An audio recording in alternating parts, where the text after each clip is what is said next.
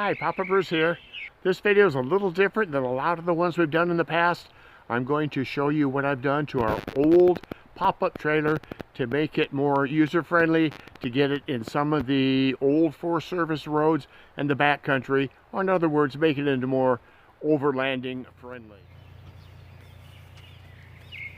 All right, let's start here with the outside. As you can see, we painted the trailer. Now, painting the trailer was actually a simple process. The hard part was getting the old decals off. And to do that, we had to use a heat gun and a scraper. And then after the heat gun and scraper, I used a sandpaper, a 200 grit sandpaper with a palm sander. And that was able to make it nice and smooth, and we were able to get a nice even coat of regular house paint on the trailer, as well as some other decals. We've moved around to the other side. It gives you a little bit better view of the paint job and of the decal as well. The decals that we put on here are vinyl, and I just ordered them off of eBay. I thought it might give it a little more individual touch. Well, as you can see, obviously the front bunk of the trailer has been removed. Basically what has happened is that it did break down, some of the rails bent, and to replace the rails it was rather expensive, and since I really didn't need that much room, we decided just to remove the entire front bed, and that also saved some weight. And of course that was part of the idea of going to the overlanding type, is to keep our weight down as much as possible. See, we cut off the top of the trailer, and this actually was the old roof of the bed that stuck out, and we simply riveted it to the side as well as glued it, and that's held up very, very well. The other little thing I did to the front of the trailer was simply to add some rod holders. I wanted to put a safe place for my fishing rods when I'm not using them. You might recall one of my other videos, one of my rods was stuck in my truck door, which did no good whatsoever. So hopefully this little addition will help protect the rods and give us a safe place to store them. We painted the canvas. I used the exact same paint, the house paint, that I used on the side, and it seems to have held up very well. I discovered it might work because I spilled some on the side before, as I was painting the bottom of the trailer, and after a few days it was still good. So if you ever want to paint the canvas, I think you'll be just fine doing it.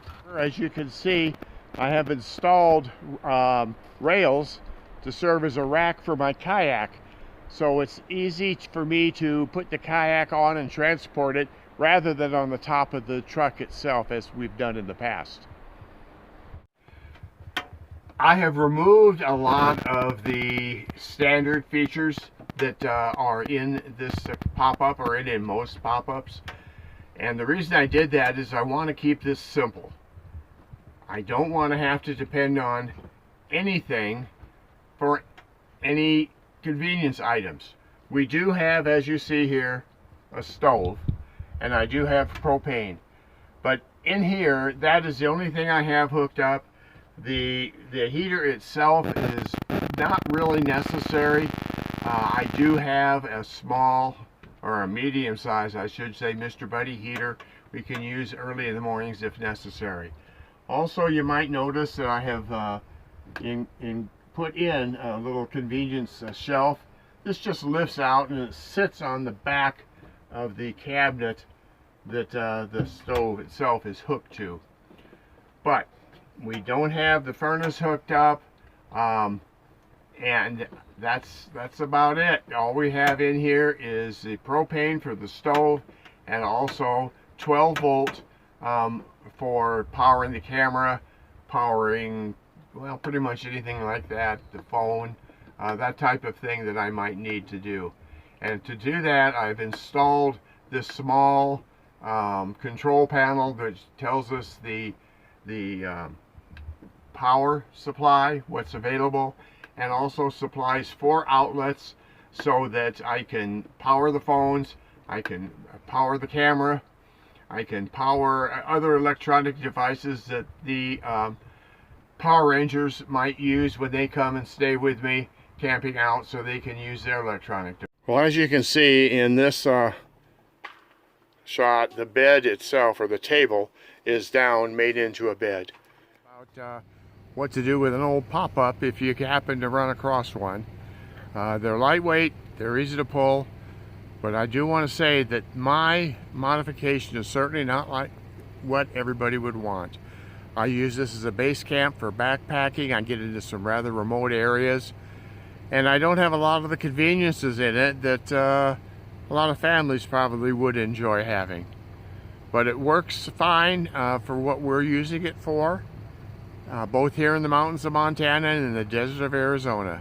If you have any questions, email me or leave your questions in the comments below, and I'll certainly get back to you.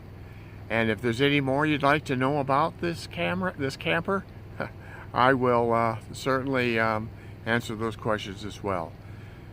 In a week or so, I'm going to be taking it to a high mountain alpine lake we haven't been to before, and going to carry the kayak up there and do some other fishing. So hopefully you can join us for that. And if you'd like to know when that comes out, please subscribe to the channel. And don't forget to hit that bell also, so it will notify you. Meanwhile, like I always say, keep hiking.